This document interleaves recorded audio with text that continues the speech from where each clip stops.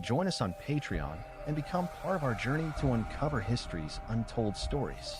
Your support helps us create in-depth content, bring hidden narratives to life, and keep history alive for everyone.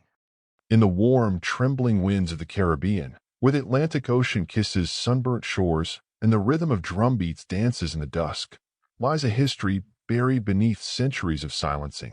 A tale not just of colonial brutality or sugar plantations, but of a displaced people who carried with them the memory of Zion even as their bodies were shackled. From the mountainous jungles of Haiti to the lush hillsides of Jamaica, there is a spiritual echo that refuses to fade, a whisper of Hebrew origin. The Hebrews in Haiti and Jamaica are not a modern myth birthed from longing. They are a historical reality, hidden in plain sight, obscured by imperial pen and plantation whip. To understand who these Hebrews were, we must stretch beyond the borders of colonial maps and European narratives. The story begins in West Africa, where several tribes and kingdoms maintained strong Judaic traditions long before European colonizers even set foot on African soil. The Igbo of Nigeria, for instance, practiced customs eerily reminiscent of ancient Israelite laws: circumcision on the eighth day, dietary restrictions, purification rituals, and Sabbath-like observances. These were not borrowed practices, but ancestral rites passed down through oral tradition and community law.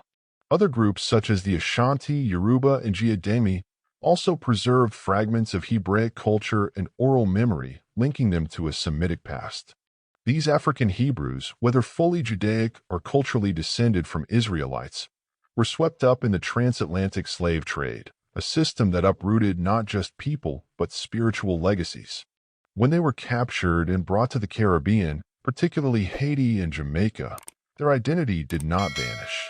It evolved, took on new names, adapted to Christian overlays, and was often encrypted in song, rhythm, parable, and rebellion. Jamaica, under the yoke of British colonialism, became one of the main transshipment points for enslaved Africans. Many of the captives brought to Jamaica hailed from the Gold Coast and Bight of Benin, regions where Hebraic traditions were preserved. Among these people were individuals whose ancestors had fled into Africa centuries earlier after the Roman destruction of Jerusalem in 70 CE. They moved southward, intermarried with local populations, and founded communities across West Africa, from Timbuktu to Dahomey. By the 17th and 18th centuries, many of these communities, including those in Senegambia and Ghana, were targets of European slavers. The enslaved Hebrews in Jamaica were not passive recipients of their fate. They left a trail in the cultural and spiritual framework of the island. Rastafarianism, which would arise much later, is often noted for its reverence of the Hebrew Bible, its use of the term Zion to describe Africa, and its condemnation of Babylon, the colonial oppressor. But this movement did not emerge in a vacuum. It was built atop a pre-existing Hebrew consciousness preserved by African-descended people. Terms like Jah, a shortened form of Jehovah, and practices such as dreadlocks, evocative of the Nazarite vow in Numbers 6:5, are not mere cultural fusions. They are continuations of Hebraic identity reasserted in a new tongue. Even further back, the Maroons, escaped African slaves who formed free communities in Jamaica's mountainous interior, were known for their fierce independence, deep spirituality, and use of Old Testament symbolism. Many of their leaders, such as Nanny of the Maroons, spoke of divine covenant, spiritual warfare, and liberation in terms deeply reminiscent of Moses and the Exodus narrative. In some oral traditions among the Maroons, there are references to their ancestors being Israelites or children of Judah, a claim that has often been dismissed by mainstream historians but find increasing support among cultural anthropologists and Afrocentric scholars. In Haiti, the legacy is equally profound. Before Haiti was the world's first black republic, it was a crucible of spiritual and revolutionary fire. The enslaved population, largely from West Africa's Judaic-influenced regions, brought with them not only their physical labor, but also their sacred memory. In Haitian Vodou, elements of Hebraic thought can be found in surprising places. Some Wa, or spirits, bear striking parallels to biblical figures. Rites of purification and moral codes reflect deeper layers of ancient theology. Haiti's 1791 slave revolt, which led to its independence in 1804, was infused with spiritual symbolism. One of the key figures of the revolution, Duty Boukman, was a priest who fused African spiritualism with messianic ideas. Some historical accounts describe Boukman as a Jamaican of African descent, possibly connected to Maroon traditions. His preaching, which drew heavily on themes of deliverance and judgment, resonated like the prophetic thunder of Isaiah or Jeremiah.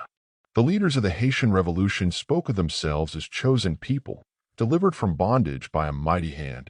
Some even compared their cause to that of ancient Israel escaping Pharaoh's Egypt. It is in this revolutionary spirit that the Hebrews of Haiti made their mark, not always in synagogues or temples, but in their interpretation of suffering, justice, and divine destiny. Their concept of liberation was not just political, but spiritual and ancestral. Their connection to the Hebrew identity was not contingent on European recognition or rabbinic sanction. It was embedded in their worldview, their resistance, and their communal memory. After emancipation, these Hebraic echoes did not vanish. In Jamaica, the rise of Afro-Christian sects such as the Ethiopian Orthodox Church and the African Methodist Episcopal Church began incorporating Hebrew scripture and African identity into their liturgy. The teachings of Marcus Garvey, himself deeply influenced by biblical language and a belief in Black Zionism, reawakened a spiritual hunger that culminated in movements like Rastafarianism. Garvey, although not a Hebrew himself, laid intellectual groundwork for viewing Black people as a chosen people, scattered by slavery and destined for a return. In Haiti, the fusion of African spirituality and biblical prophecy continued to shape identity, particularly during the U.S. occupation 1915 to 1934 and subsequent political upheavals. The Hebrew memory survived not as an institutional religion, but as a cultural and spiritual substratum. Even today, Haitian and Jamaican oral traditions preserve stories of ancestors who saw themselves as Israelites, who read the Psalms by candlelight, who fasted and prayed like the prophets of old, and who sang songs of Zion while toiling under the Caribbean sun. Modern scholarship has begun to revisit and validate these claims. While European academia long dismissed Black Hebraic identity as invention or syncretism, recent studies have traced genealogies, linguistic patterns, and oral histories that show a clear continuity between African Hebrew communities and their descendants in the Caribbean. Scholars such as Edith Bruder, Tudor Parfit, and Yosef Benjo Cannon have documented the global dispersal of African Hebrews and their influence in the Americas. Moreover, genetic studies have shown links between some Caribbean populations and Semitic ancestry, though much work remains to be done in this field. The presence of names, phrases, and rituals with clear Hebraic origin is no longer easily denied.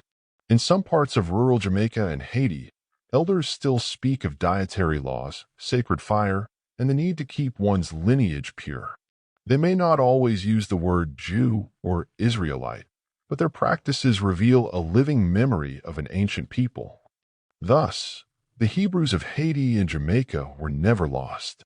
They were simply unacknowledged. Their story is not one of conversion, but of continuity, of a people who walked through the fire of enslavement with Torah in their hearts, even if no scrolls remained in their hands. They prayed in silence, taught in whispers, and survived in spirit. The world may only now be beginning to listen, but they have always remembered.